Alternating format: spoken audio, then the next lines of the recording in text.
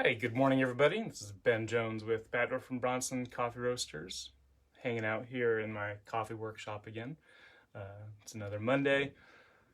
Today, we are going to highlight what it takes to get started for those of you who are curious about, getting into the pour-over home coffee game.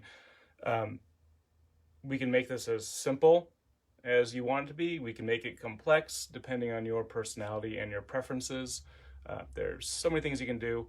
It's one of those things there's really no right way. So I'm a big fan of, being a little bit loose with pour overs, but still maintaining the control. So I have all the gadgets and toys. You may have seen a previous video where we had my whole counter here covered with ridiculous amounts of some of my coffee brewing toys. And they're pretty much all the same kind of thing. I might have a problem. Anyway, what I want to do today is I want to say,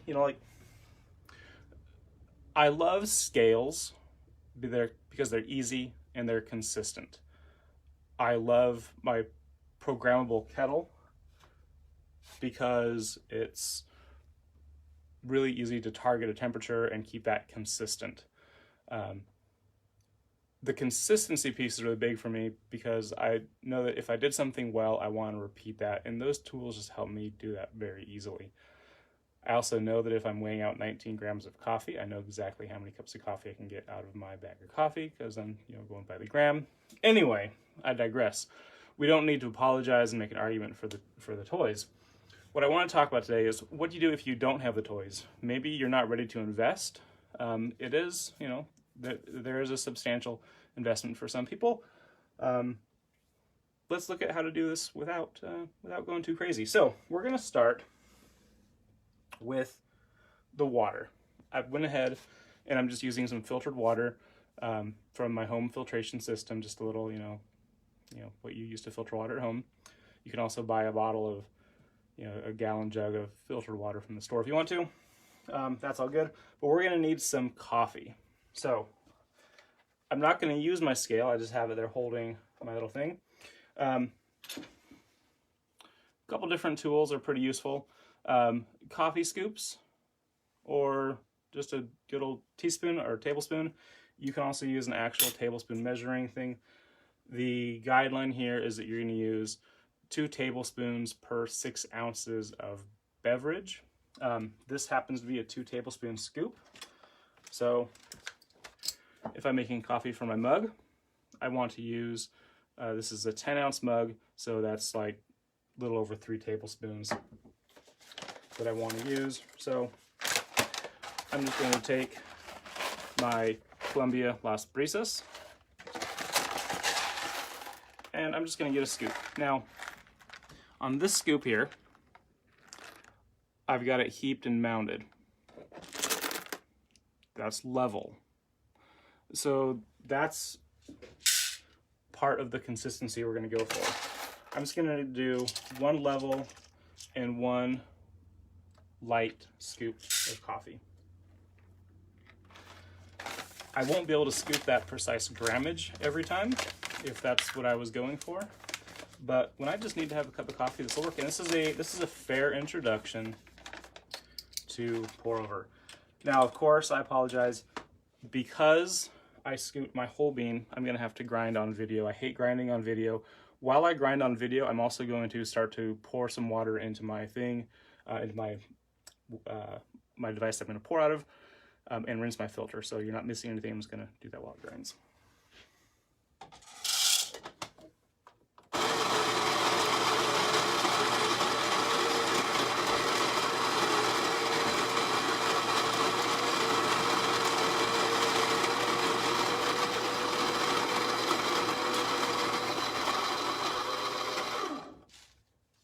All right, so now I'm not, I'm fully aware that as I'm talking about a beginner's approach to pour over, that I just used a grinder. This is a pretty fancy and special grinder. If you don't have a grinder, we are happy to grind your coffee for you. Let us know how you're going to be brewing, and we can do that. If you have a grinder at home, awesome, you're halfway there. Because I want to keep this approachable, we're going to go with the plastic Molita cone. They're a few bucks, like I don't know, $3 or $4. You can get them at a lot of grocery stores. We sell them at baddwarfcoffee.com, of course. Then I'm using this is a the number 2 Molita filter. Just going to put that in here, and I'm going to be using just a measuring cup, little graduated measuring cup there. And this water, I'm just pouring it back and forth. I want to preheat my measuring cup, and I want to preheat my brew vessel. There we go. Rinse the paper filter.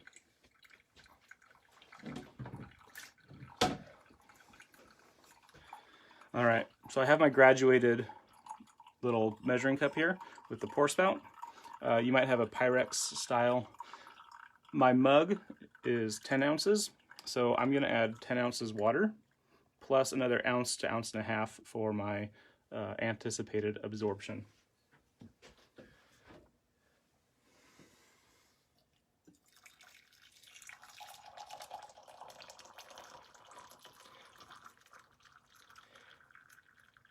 I heated this water well above what I would normally brew at, because all this transferring back and forth, we're losing some heat with that transfer, and of course with the open vessel, that's going to lose heat as well. But it's what it is. All right, position that so y'all can see. I'm going to add my coffee. And we're even going to forego that timer, mostly because my phone with my timer on it is attached to a stand so I can live stream a video. This is where your other spoon comes in handy. This is going to help to diffuse and spread the coffee around. You can pour it right over the back, and that will act as a spray head, or you can also let it pool. But we're just going to use the spoon to kind of direct our flow of coffee and potentially stir to make sure all those grounds get wet. This is our bloom. Just enough water to saturate the grounds. Give it a 20-30 seconds to sit and soak. If you're doing this with an open topped container, it's going to lose a lot of heat. Just be aware of that. If you have a preference toward more developed roasts, a darker roast, maybe the French style, this is really helpful because the low temperature brewing on a French and Italian roast is quite beneficial. If you really like mediums, kind of medium or lighter roasted coffees, you want that heat energy. So, make your water nice and hot. That way there's more heat to be lost. I'm going to add another feature. I've done this before. Just take a chopstick or a bamboo skewer, and if you lay that across, you can use that to direct your water flow.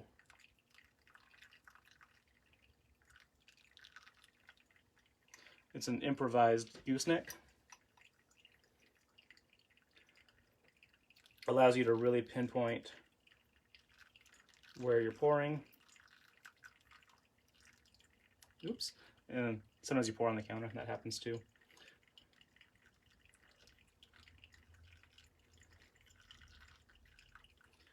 All right. Again, with this, I want to keep my water level low.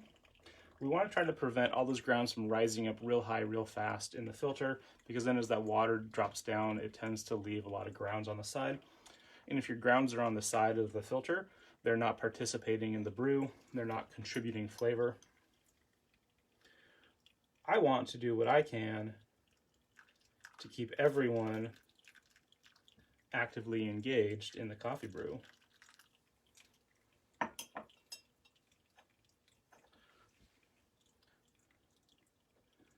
All right, here we go. It's going to keep on, just keep that coffee nice and wet. Now the nice thing is, because I only put in 11 to 12 ounces of water, it'll be very difficult to overfill my mug. So that's kind of cool. When I'm brewing on the scale, I shoot for 19 grams of ground coffee, and I'm putting through about 300, maybe 315 grams of water. It's what I've found that I really like with this coffee. 300 grams of water is about a little over 10 ounces. That scale just makes it real easy to hit that number. I don't have to measure things around. One of the greatest benefits of using a scale and or a pour kettle is that when I'm pouring out of a kettle, I have this whole mass of water. It takes longer for a large body of water to heat and cool. So once I get this to temperature, it's going to stay at that temperature longer. If I take water out of it, it'll cool fast. So this last 3 ounces of water is going to cool fairly quickly, especially if I swirl it around in front of the camera. Let's just keep this going.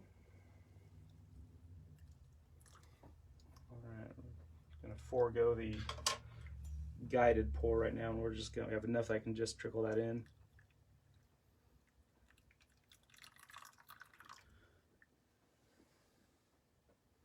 Excellent. All right, so if you're interested in starting to do your own pour over coffee at home, maybe you have an automatic brewer, maybe you don't drink the full pot every day, maybe there's only 1 or 2 coffee drinkers in the house, perhaps you just really enjoy this part of the ritual. It's a big part of my everyday ritual, is just to make this cup of coffee, slow down, think about the day ahead, maybe think about what book I might want to read before I get fired up and get started for the day. You can really catch the aroma coming off there. And yeah, there are days where I'm just like, hey, I just need to make a cup of coffee and go, and I'll pull out the automatic brewer. Yeah, but it's easy. This is a really good way if you're curious about getting into making your own coffee at home. Try this out a few times. Do this for about a week. See how you like it. Do you like making your coffee every morning? Maybe this is only a weekend routine for you. Maybe this is something that once we get to go back to our offices that you'll do at your desk. All right, I've got some comments here, and I'm just going to kind of browse through them. It's good to see everybody here hanging out. Hello, Josh and Brendan and Eric. Thank you for the links. Binder clips. Yeah, I put a little binder clip on my coffee bag to, then I hang it on the wall just because it's a thing to do. All right, so the home office is asking what do we recommend as far as percentage for absorption. This is where scales are incredibly helpful. Most coffees generally will absorb about 1.8 times their weight in water, almost twice their weight. So if I scoop in 10 grams of coffee and I add my water, my beans are going to absorb roughly 20 grams of water. That's one of the benefits of scaling up, is that that gives you that more targeted anticipation of the absorption. So we roughly say that a gram of hot water weighs 28, 29 grams, or sorry, an ounce of hot water is 20 to 29 grams.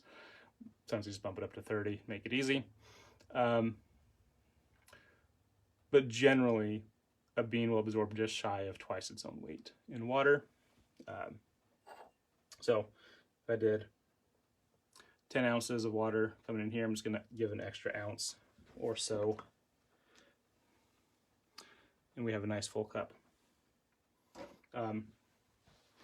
So I memeasured 10-ounce brew. I put in 11.5 ounces.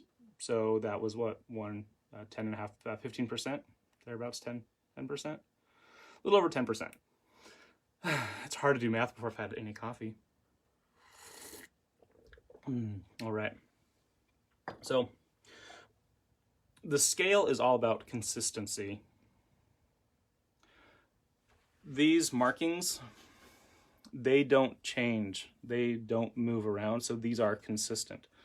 So this is a way to get consistency. If I chose to only use these tools, I could get, I could figure out how to make those manipulations to get this to come out the way I want it to. There we go. Let's just sit up here and have a little chit chat now. All right, I'm gonna turn that up a little bit. There we go.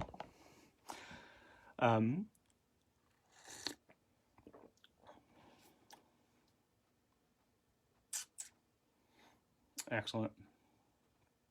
So the home office is saying that we're basically using a 1-to-10 ratio if you want to do the easier maths when you're calculating out. So 10 grams of coffee, 110 grams of water, 1-to-10 ratio. Oh, comments in math in the morning. We'll figure it out. Just give a touch more. I mean, when you're doing small brew, one of the things that I really like about this particular filter or brewer is it has these holes in the bottom, which allows me to look into the cup so I can see how it's doing. If I see that it's filling up and about to overflow, I will just lift this up and set that. I have this in hand, so I'll just put that in there. I don't want that last little bit that comes through anyway. That's one of the hazards, and I'm not trying to dog on the V60. That's one of the hazards of the V60 is it is a solid enclosure all the way around. So as my coffee's brewing, I can't see what's happening in there. It's not good or bad. It's just the way it is. So you just have to make those adjustments for it.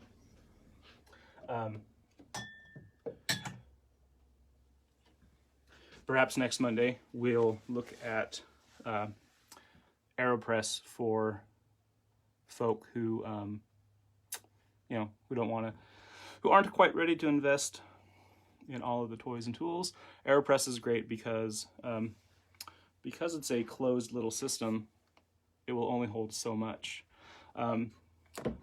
Someone just posted a little disorganized home office. I hope you're not implying that my home office is disorganized. I knew that my AeroPress was sitting right there. I have 4 of them sitting right there, just hanging out. Chances are I'm always within arm's reach of an AeroPress. So thank you all for visiting today. I think I'm going to do a little bit more of these kind of beginner low-tech guides, partially for people who are getting into it and aren't quite ready to drop in and clutter up their counter space with all their gears, but also partially for the optimistic me that someday soon I'll be able to start visiting friends and family and relatives again, and when I go to their houses, I don't expect them to be fully stocked and kitted out for my brewing pleasure. So, I'll have to use their home tools. Cheers, everybody. I'm going to pour this into a travel mug because I have to go do some work in the car today. Not the whole time in the car, but I have to be in the car to get to a few places that I have to be. So, go out, enjoy your week, do some good in your community. Be consistent with your good coffee.